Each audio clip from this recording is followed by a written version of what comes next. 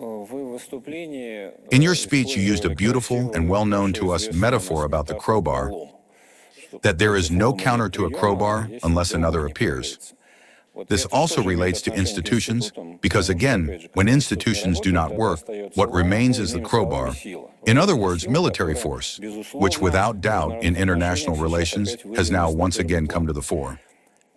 There is much discussion, and at our Valdai Forum there was a whole separate section on this topic, about what a new war is, a modern war, that it has clearly changed.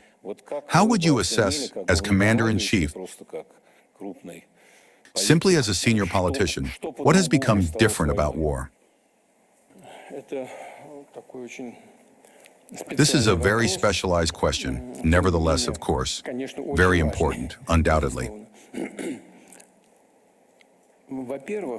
First, non-military ways of resolving military issues have always existed. But now, with the development of technologies, they acquire new significance and produce new effects. What do I mean? Information attacks, influence on the political consciousness of a potential enemy country, attempts to corrode that consciousness. And you know what I just thought of?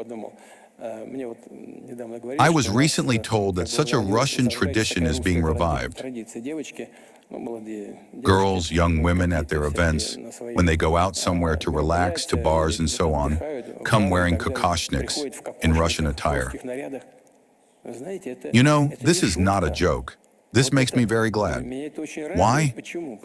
Because it means that, despite all attempts to corrode our Russian society from within, our opponents are achieving no result, but on the contrary, they are getting the effect opposite to what they expected. And the fact that young people have such an internal protection from any attempts to influence public consciousness from within, this is very good. This speaks to the maturity and solidity of Russian society. But that is one side of the coin. And here as well, included here, are attempts to damage the economy, the financial sphere, and so on, which is, of course, very dangerous. But if we speak about the purely military component, then here, of course, a great deal of novelty is appearing, connected, of course, with the development of technologies. And though this is already widely talked about, nevertheless, I will say it, these are unmanned systems, moreover in 3 domains, in the air, on the ground, and on the water. These are unmanned, crewless boats, platforms used on land, and unmanned aerial vehicles. Moreover, all of this has a dual purpose. You know, this is very important. It is one of the characteristics of today. Very many things that are actively used in combat are all dual use. Take unmanned aerial vehicles. Where can they be used? In medicine, in food delivery, in carrying some useful cargo, everywhere, and in combat operations. This gives rise to the need to develop other systems, reconnaissance systems, radio-electronic warfare. This changes the tactics of conducting armed struggle. Much on the battlefield changes. Now there are no longer those Guderian wedges or Ribalcos, as was the case during the Second World War. Now tanks are used completely differently, not to cut through and break the enemy's defense, but to support the infantry, moreover from covered positions. That is also needed, but it is nonetheless a bit different. But do you know what is most important? The speed of the changes taking place.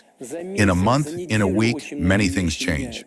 I have said many times, we apply something, then suddenly the use of precision, let us say, weapons, including long-range ones, which is also a very important component today, becomes less effective. And why is that?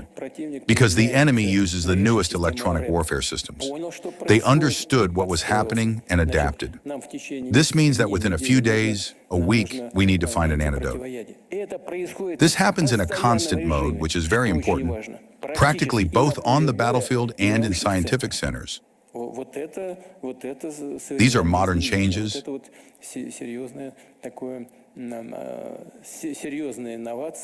These are serious innovations in the conduct of modern armed struggle. Everything changes except for one thing: the bravery, courage, and heroism of the Russian soldier, of which we are all very proud.